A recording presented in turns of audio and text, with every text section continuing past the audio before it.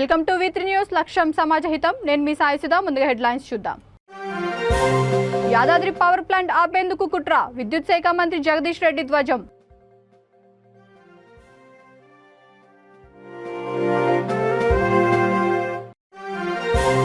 Electronic షోరూంలో చోరీకి పాల్పడింది ఆలం గ్యాంగ్ పనే, కేసును ఛేదించామని రాచకొండ పోలీస్ కమిషనర్ వెల్లడి.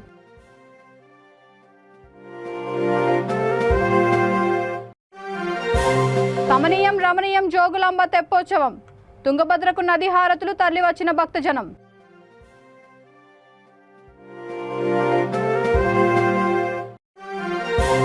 ఉమ్మడి మహబూబ్ నగర్ జిల్లాలో కుండపోతగా వర్షాలు, పొంగిపొర్లుతున్న వాగులు వంకలు.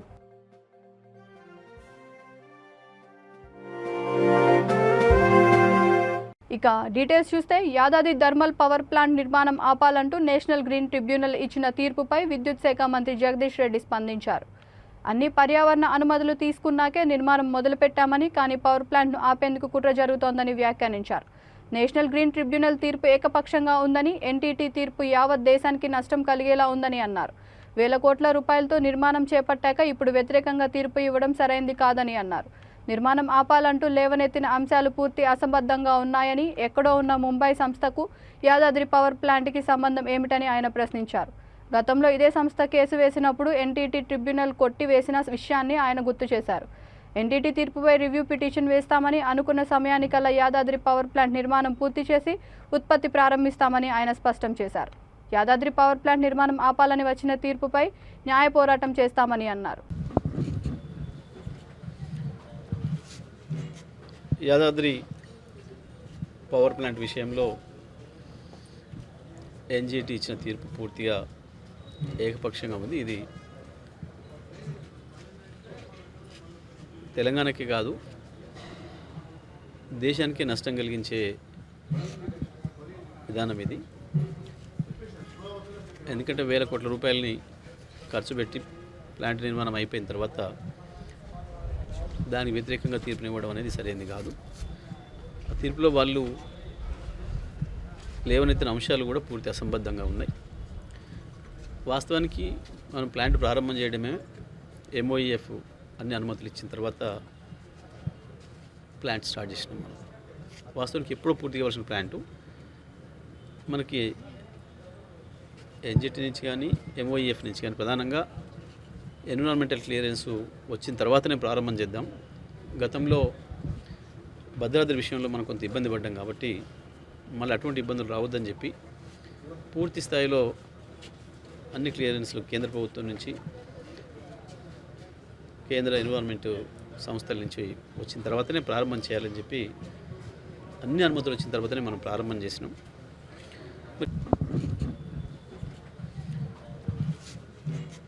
యాదాద్రి పవర్ ప్లాంట్ విషయంలో ఎన్జిటి ఇచ్చిన తీర్పు పూర్తిగా ఏకపక్షంగా ఉంది. ఇది తెలంగాణకి కాదు, దేశానికి నష్టం కలిగించే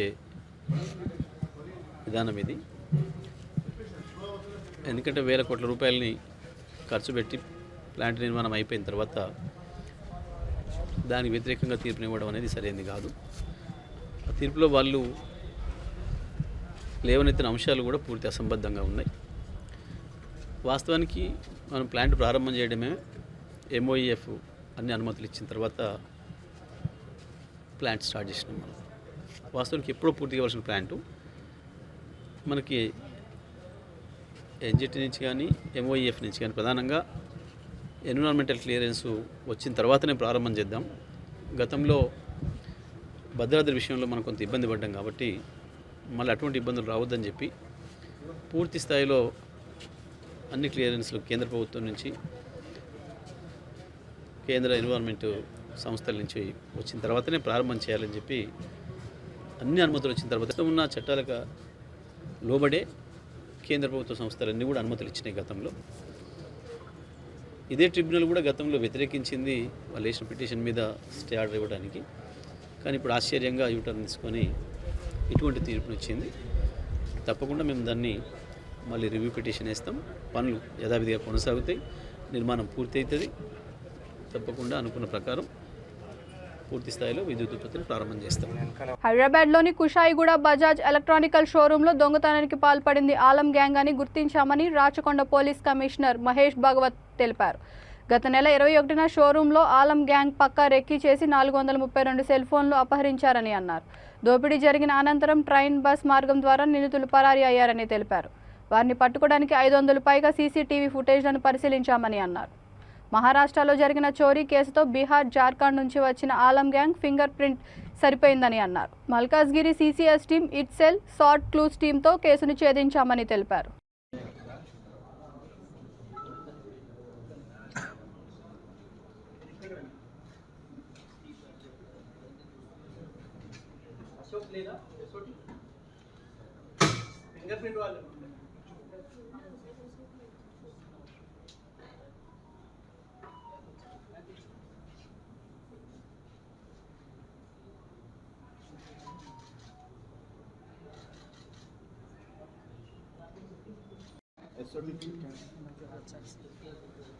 సెల్ ఫోన్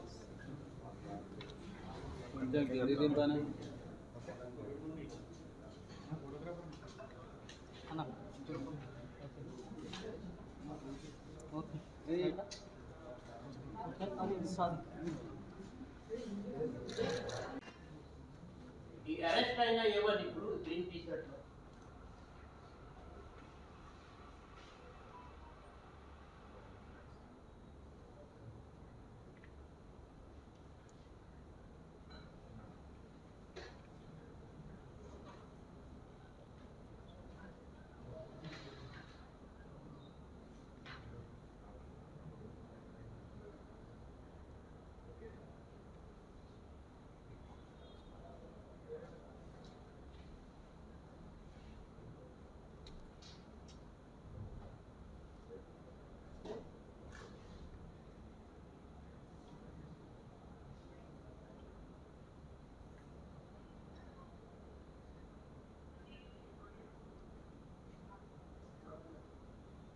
ఈ వీడియో ముఖ్యంగా 3 ప్లేస్లలో మేము తీసాము. చాలా సార్ చెప్పినట్లు హండ్రెడ్స్ ఆఫ్ కెమెరాస్ అన్ని సెర్చ్ చేశారు.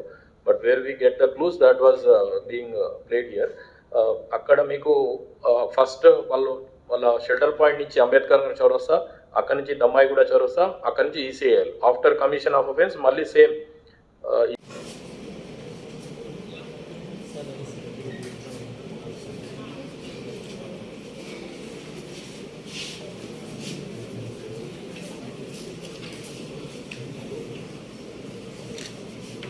మధ్యలో తీసేశారు.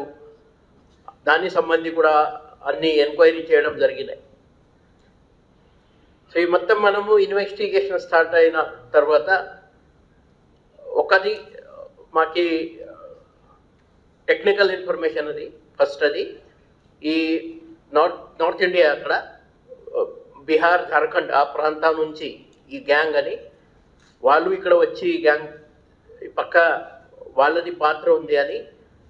తర్వాత ఫింగర్ ప్రింట్స్ మా డిఎస్పీ నందకుమార్ ఆధ్వర్యంలో వాళ్ళు ఫింగర్ ప్రింట్ డెవలప్ చేసిన తర్వాత ఒక్క ఫింగర్ ప్రింట్ దాంట్లో మ్యాచ్ అయింది. మహారాష్ట్రలో ఔరంగాబాద్లో ఒక 15-20 ఇయర్స్ బ్యాక్ అక్కడ ఒక కేసు అయింది. దాంట్లో ఈ జువెనైల్ ముంబై, అంతకుముందు మహారాష్ట్రలో ముంబై, ఔరంగాబాద్, తర్వాత కర్ణాటక, ఉత్తరప్రదేశ్, తర్వాత గుజరాత్, జార్ఖండ్ అలాంటి ప్లేసెస్లో చాలా ఆఫెన్సెస్ చేసినట్లు ఇన్ఫర్మేషన్ ఉంది.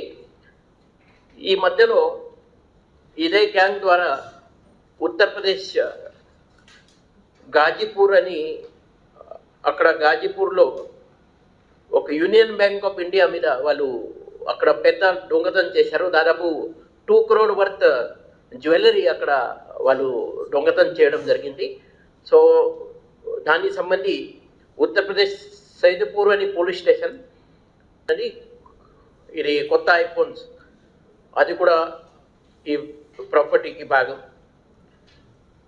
సో 21 సెప్టెంబర్ రోజు మార్నింగ్ 11:30 కుషాయిగూడ పోలీస్ స్టేషన్లో మొహమ్మద్ హబీబ్ అని జనరల్ మేనేజర్ బజాజ్ ఎలక్ట్రానిక్, అతను అక్కడ మరి కంప్లైంట్ లాడ్జ్ చేస్తూ ఈ 432 మొబైల్స్, ఐఫోన్, అప్పో, వివో, ఈ ఫోన్ అది దొంగతనం అయింది అని చెప్పారు.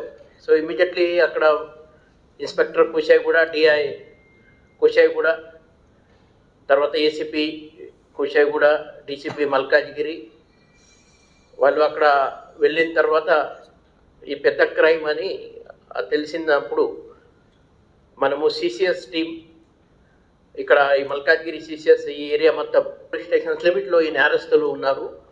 వాళ్ళు ఈ జ్యువెలరీ షాప్, బ్యాంక్, తర్వాత మొబైల్ షాప్ మీద ఎక్కువ ఇలాంటి అఫెన్సెస్ చేస్తారు.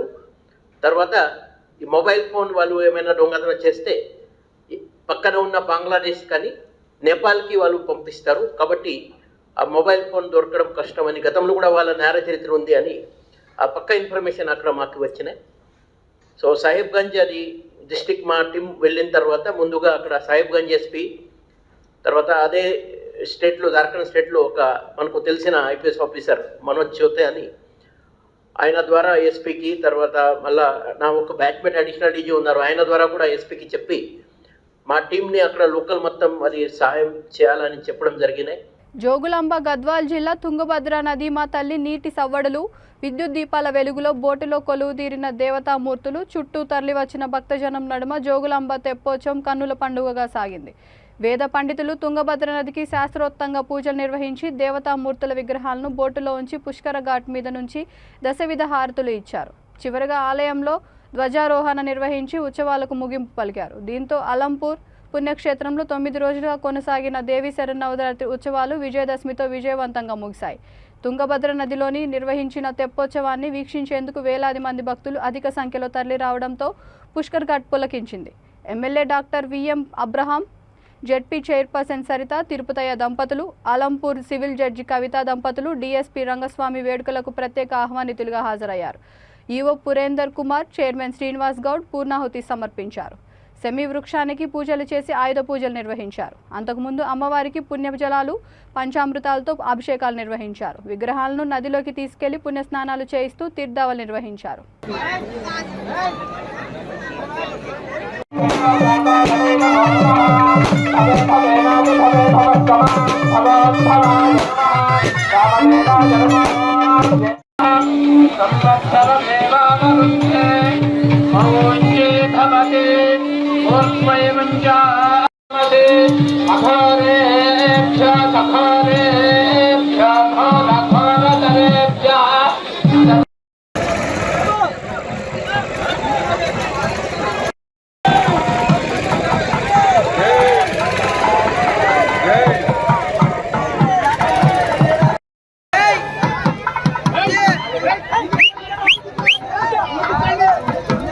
ఉమ్మడి మహబూబ్ నగర్ జిల్లాలో కుండపోతగా వర్షాలు కురుస్తున్నాయి. ఎడతెరిపి లేకుండా కురుస్తున్న వర్షాలతో వాగులు వంకలు పొంగి పొర్లుతున్నాయి.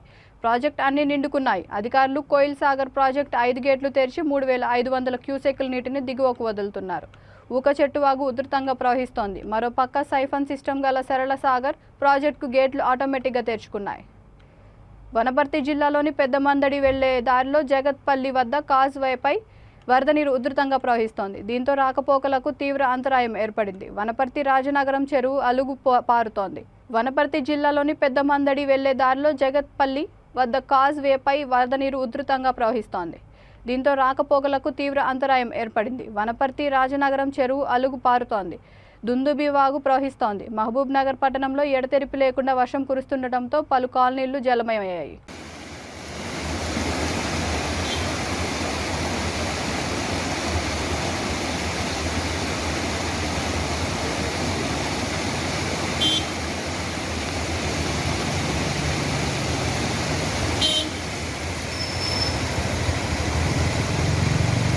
కొడుకును ముఖ్యమంత్రిని చేయడానికే కేసీఆర్ బీఆర్ఎస్ నాటకాన్ని తెర మీదకి తెచ్చారని దక్షిణ భారత రాజకీయ జేఏసీ చైర్మన్ సుదరన్ పొలిటికల్ అకాడమీ అధ్యక్షుడు ప్రొఫెసర్ గాలి వినోద్ కుమార్ అన్నారు. హైదరాబాద్ తార్నకాలో మీడియా సమావేశంలో ఆయన మాట్లాడుతూ నవభారత నిర్మాణానికి కాంగ్రెస్ బీజేపీలకు ప్రత్యామ్నాయంగా జాతీయ స్థాయి, రాష్ట్ర స్థాయి అంశాలపై ఎలాంటి స్పష్టత లేదని అన్నారు. చివరికి దేశంలో ప్రతి పౌరునికి అందాల్సిన నాణ్యమైన ఉచిత విద్య, వైద్యం, కేజీ నుండి పీజీ వరకు కామన్ విద్యా విధానం పట్ల కేసీఆర్కు స్పష్టత లేదని వ్యాఖ్యానించారు. భూస్వాములకు, అగ్రులకు, సంపన్న వర్గాలకు ఉపయోగపడే రైతు బంధుతో పేద వ్యవసాయ కూలీలు కానీ, కౌలు చేసుకునే మధ్యతరగతి రైతులకు కానీ ఎలాంటి ఉపయోగం లేదని అన్నారు. భారతదేశానికి తెలంగాణ మోడల్ అని చెప్పుకుంటున్న కేసీఆర్ దేశంలోని అత్యంత అవినీతిపరుడైన ముఖ్యమంత్రి అని ఆరోపించారు. కాగా బహుజన ద్రోహి కేసీఆర్ను అంబేద్కర్ సిద్ధాంతంతో ఏర్పడిన వీసీకే పార్టీ జాతీయ అధ్యక్షుడు, పార్లమెంట్ సభ్యుడు డాక్టర్ తిరుమా వలవన్ ఏ విధంగా సపోర్ట్ చేస్తారని ప్రశ్నించారు. దేశానికే మోడల్ అని చెప్పుకుంటున్నావు నువ్వే.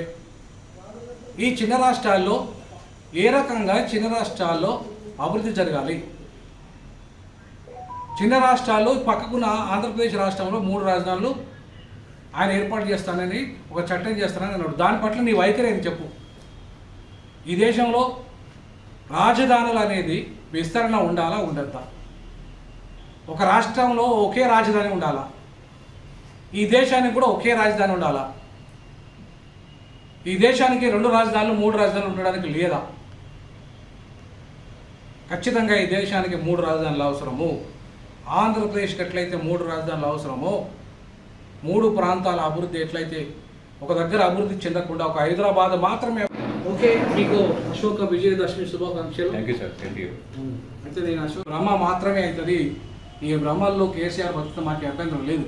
కానీ బహుజనులు ఎవరైతే ఈ దేశంలో ఉన్నారో 93% ఉన్న ప్రజలు ఉన్నారో, మీరు భ్రమల్లో ఉండకండి.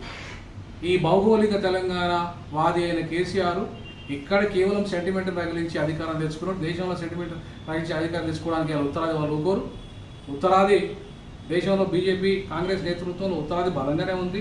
ముఖ్యంగా బీజేపీ నేతృత్వంలో వాళ్ళని దెబ్బ కొట్టకుండా ఈ దేశంలో దక్షిణాది వాళ్ళు ఉమ్మడిగా ఏకమై, ఈశాన్య రాష్ట్రాలు ఉమ్మడిగా ఏకమై, మధ్య భారతదేశం వాళ్ళు ఉమ్మడిగా ఏకమై ఉత్తరాది ఆధిపత్యాన్ని దేశంలో వెళ్ళగొట్టకుండా, ఉత్తరాది విధానాలను ప్రశ్నించకుండా, ఉత్తరాది యొక్క సంపద ఏదైతే వాళ్ళ చేతుల్లో ఉన్న రాజకీయ అధికారాన్ని కానీ, రాజకీయ సంపదను కానీ వికేంద్రీకరణ జరగకుండా, పరిపాలన వికేంద్రీకరణ, ప్రజల సమగ్ర అభివృద్ధి ప్రణాళికలు, అలాగే సామాజిక న్యాయం పునాదిగా ఈ దేశం పునర్నిర్మాణం జరగకుండా కేసీఆర్ సెంటిమెంట్లతోని ఈ దేశం నవనిర్మాణం వైపు పోదు. బీఆర్ఎస్ అనేది ఒక ఫార్సు. అది తన కొడుకును ముఖ్యమంత్రి చేయడానికి వేస్తున్న ఎత్తుగడ మాత్రమే. జగిత్యాల జిల్లా మెట్పల్లి త్రిశక్తి ఆలయంలో జరిగిన దుర్గా నవరాత్రి వేడుకల సందర్భంగా భక్తులు సమర్పించిన కానుకలను ఆలయ కమిటీ ఆధ్వర్యంలో లెక్కించారు. వివిధ రూపాలలో వచ్చిన నగదు లెక్కించగా 1,81,622 రూపాయల నగదు, తులం బంగారం, వెండి వచ్చినట్లు ఆయన కమిటీ సభ్యులు దేవనపల్లి రాజారాం, బేతు భాస్కర్, సముద్రాల భానుమూర్తి, ఉడత శ్రీనివాస్, గుజ్జేటి శ్రీను తదితరులు పాల్గొన్నారు.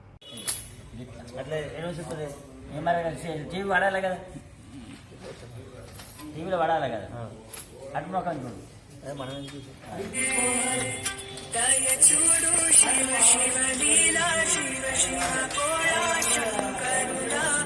లక్ష్మి మన కర్ణాటక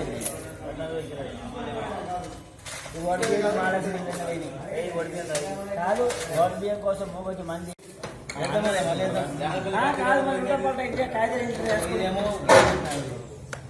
కాగితాలు పెట్టుకుంటే ఇప్పుడు ఏర్పడుతుంది. ఈ అమౌంట్ ఇదన్నీ రాస్తాం అంటే ఈ ఏమైనా మా పేరు అని పెట్టుకోండి. ఇప్పుడు డినామినేషన్ బాగా కాదు, మళ్ళీ అన్ని ఎంచుకోవాలి.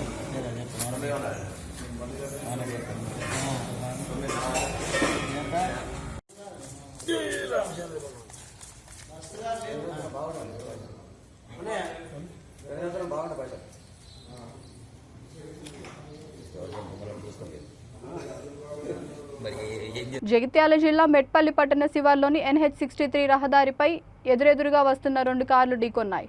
ఈ సంఘటనలో పలువురికి గాయాలయ్యాయి. వివరాల్లోకి వెళ్తే నిజామాబాద్ నుండి వస్తున్న కారు మెట్పల్లి రాఘవపేట నుండి వెళ్తున్న కారు పట్టణ శివార్లోని వెంకటరావుపేట వద్ద ఢీకొన్నాయి. పోలీసులు సంఘటనా స్థలాన్ని చేరుకొని క్షతగాతులను మెట్పల్లి ప్రభుత్వ ఆసుపత్రికి తరలించారు. కేసు నమోదు చేసుకుని దర్యాప్తు చేపట్టారు.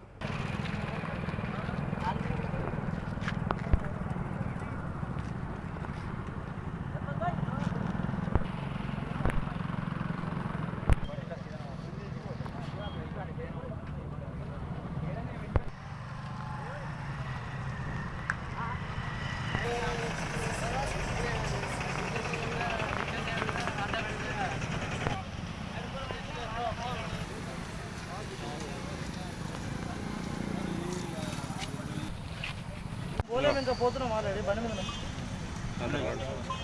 గవర్నమెంట్ హాస్పిటల్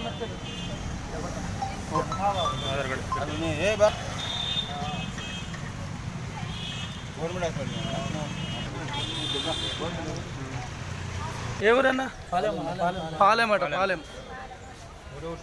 మోడతారు పాలెం మీ వాళ్ళేనా ఎంతమంది ఉండనా మీ దగ్గర అన్నదా ఇట్లా మీకు ఏం పేరు అన్న నిజామాబాద్ తీసుకోపోయారు ఇట్లా బొమ్మనా ఏం పేరు అవ్వ నా పేరు కళావతి ఏం పేరు Kalavathi ఏడాడు అలిగినాయి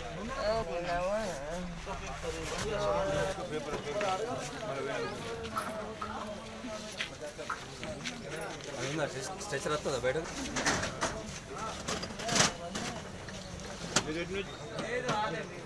Monda market division market committee అధ్యక్షుడు తలసాని శంకర్ యాదవ్, ప్రధాన కార్యదర్శి కొత్తమీర మధు, మాజీ కార్పొరేటర్ ఆకుల రూప హరి ఆధ్వర్యంలో మంత్రి తలసాని తండ్రి దివంగత వెంకటేష్ యాదవ్ విగ్రహం వద్ద ఘనంగా తలసాని శ్రీనివాస్ యాదవ్ జన్మదిన వేడుకలు నిర్వహించారు. ముందుగా మంత్రి చిత్రపటానికి పాలాభిషేకం చేశారు. అనంతరం కేక్ కట్ చేసి పంచిపెట్టారు. తలసాని జన్మదినాన్ని పురస్కరించుకొని ప్రత్యేకంగా తయారు చేసిన గోడ గడియారాలు అందజేశారు. ఈ కార్యక్రమంలో పార్టీ నాయకులు, కార్యకర్తలు, ప్రజలు పెద్ద సంఖ్యలో పాల్గొన్నారు. సింగన్న గారు ప్రజల మనిషి, నిరంతరం ప్రజల మధ్య ఉంటూ వాళ్ళ అభివృద్ధి ధ్యేయంగా ముందుకు వెళ్తూ అనేక డెవలప్మెంట్స్ అనేది జరుపుకుంటున్నాం, ఆయన ద్వారా చేసుకోగలుగుతున్నాము.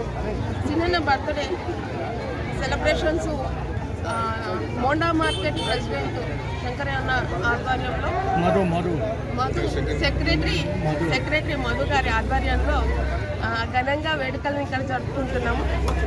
హ్యాపీ బర్త్డే సీనన్న. ఇంకా ఇలాంటి పుట్టినరోజుల్లో ఇంకా ఎన్నో జరుపుకోవాలని, మీరు ఎప్పుడు ఆయుర ఆరోగ్యాలతో ఉండాలని మనస్ఫూర్తిగా దేవుణ్ణి ప్రార్థిస్తూ హ్యాపీ బర్త్డే సీనన్న.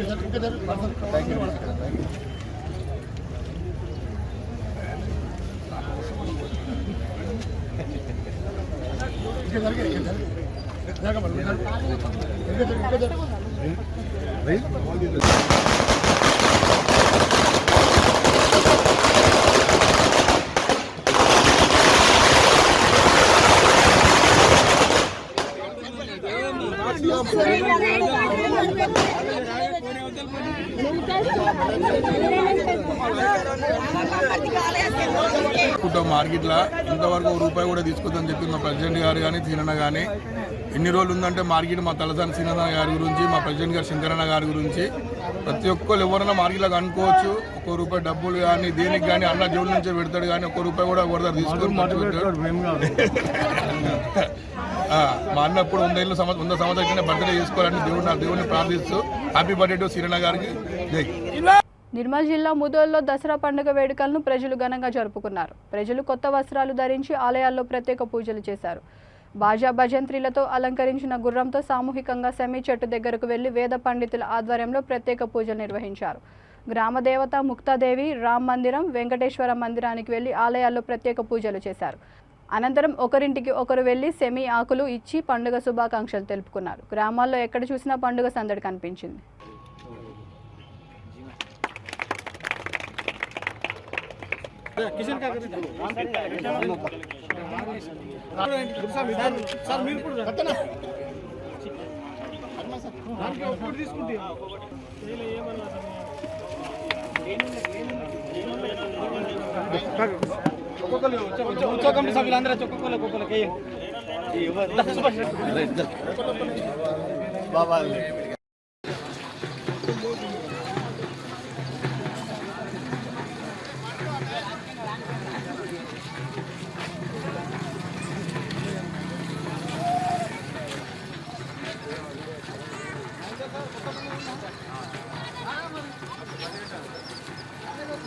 సరే పెట్టే ఒకసారి బండి పక్కకు.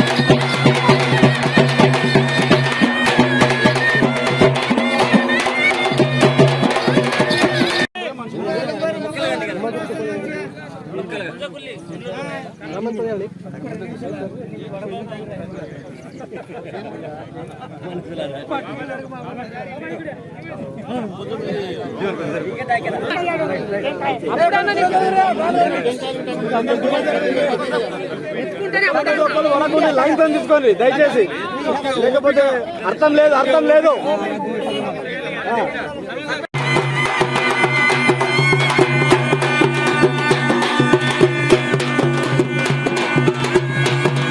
దసరా ఉత్సవాలలో కులం పేరుతో దూషించిన వ్యక్తిపై ఎస్సీ ఎస్టీ అట్రాసిటీ కేసు నమోదు చేయాలని రాజన్న సిరిసిల్ల జిల్లా ముస్తాబాద్ మండలం నామాపూర్ దళిత సంఘాల నాయకులు ఎస్ఏ వెంకటేశ్వర్లకు ఫిర్యాదు చేశారు.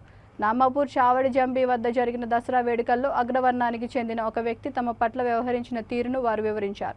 ఈ సందర్భంగా పలువురు దళిత నాయకులు మాట్లాడుతూ ఇటువంటి సంఘటనలు పునరావృతం కాకుండా చట్టపరమైన చర్యలు చేపట్టాలని, కఠిన శిక్షలు విధించాలని డిమాండ్ చేశారు. ఈ భారతదేశంలో ఇటువంటి వివక్ష ఎక్కడ జరగకుండా కఠినమైన చర్యలు తీసుకురావాలని ప్రభుత్వాన్ని డిమాండ్ చేస్తున్నాం. ఈ చట్టాలను మరింత ప్రతిష్టం చేసి ఈ కింది కులాల వాళ్ళు ఎవరైనా సరే వాళ్ళకు ఆత్మగౌరవంగా బతికే విధంగా చట్టాలను రూపొందించవలసిన అవసరం, ఇంకా స్ట్రిక్ట్ చేయాల్సిన అవసరం కూడా ఉన్నది. ఇటువంటి దుర్మార్గుల మీద కఠిన చర్యలు తీసుకొని భవిష్యత్తు తరాలకు ఇటువంటి వివక్ష లేకుండా తయారు చేయాలి. చట్టపరంగా చర్యలు తీసుకోవాలి. అదే సందర్భంలో ఆయన కూతురు అయినటువంటి ఆయన పెద్ద కూతురు రవీందర్ రెడ్డి గారి పెద్ద కూతురు మమ్మల్ని కులం పేరుతో దూషిస్తూ చెప్పు చూపెట్టడం జరిగింది. వాళ్ళ నాన్న వాళ్ళ తండ్రి గారు రామరెడ్డి గారు ఈరోజు పొద్దున నేను ఇంటి దగ్గర నుండి వస్తుండగా రోడ్డు పైన నిలబడి లంజవుడుగా నరుకుతా అని హెచ్చరించడం జరిగింది. వీళ్ళు మా పైన దాడి చేస్తుర్రు. చివరికి మమ్మల్ని ఇంకా బానిసలుగా చూస్తున్నారు. వీళ్ళ పైన చట్టపరంగా చర్యలు తీసుకోవాలని హెచ్చరిస్తున్నాం. దాని గురించి మేము కాంప్లైంట్ ఈ విషయమై ఈరోజు ముస్తాబాద్ పోలీస్ స్టేషన్లో స్థానిక ఎస్ఐ గారికి ఇది కులం పేరుతో దూషించినటువంటి వ్యక్తుల పైన చట్టపరంగా చర్యలు తీసుకోవాలని వారికి ఒకటి పిటిషన్ ఇవ్వడం జరిగింది. దసరా వేడుకల్లో విషాదం చోటు చేసుకుంది. ఒకే గ్రామంలో 3 కుటుంబాల్లో మృత్యు విషాదం నింపింది. దసరా పండుగకు సొంతూరుకి వచ్చిన యువకులు మృతి చెందిన ఘటన వరంగల్ జిల్లా వర్ధనపేట మండలం బండౌతపురం గ్రామంలో చోటు చేసుకుంది. వివరాల్లోకి వెళ్తే బండౌతపురం గ్రామానికి చెందిన 3 యువకులు పండుగ సందర్భంగా గ్రామ శివార్లో పార్టీ చేసుకుంటుండగా భారీ ఉరుములు మెరుపులతో జోరుగా వర్షం మొదలైంది. అదే సమయంలో పిడుగు పడడంతో 3 యువకులు మృతి చెందగా మరో 2 తీవ్రంగా గాయపడ్డారు. గాయపడిన 2 యువకులు పిడుగుపాటు కారణంగా అపస్మారక స్థితిలోకి వెళ్లారు. వారిని వర్ధన్నపేట ప్రభుత్వ ఆసుపత్రికి తరలించి చికిత్స అందిస్తున్నారు. యువకులు మృతి చెందారన్న దుర్వార్తతో ఆ గ్రామంలో విషాదం నెలకొంది.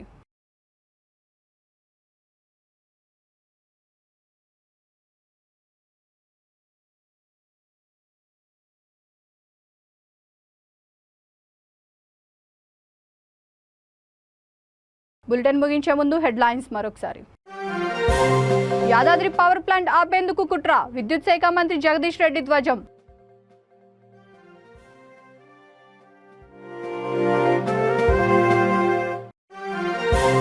ఎలక్ట్రానిక్ షోరూంలో చోరీకి పాల్పడింది ఆలం గ్యాంగ్ పనే, కేసును ఛేదించామని రాచకొండ పోలీస్ కమిషనర్ వెల్లడి.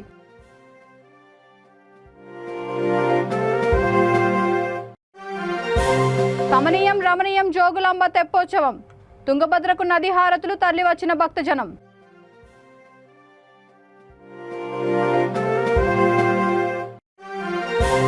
ఉమ్మడి మహబూబ్ నగర్ జిల్లాలో కుండపోతగా వర్షాలు, పొంగిపొర్లుతున్న వాగులు వంకలు.